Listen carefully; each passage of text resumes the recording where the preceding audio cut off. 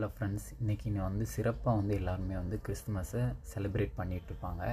இந்த தருணத்தில் இயேசு கிறிஸ்து அவர்கள் மீது சாந்தி உண்டாவதாக இயேசுவோடைய அந்த அந்த வழிமுறைகளை நெறிகளை வந்து நிறைய பேர் அது வந்து போதனைகளை வந்து ஓதி வந்து மகிழ்ச்சி தருணத்தில் வந்து இது பண்ணிகிட்ருப்பாங்க.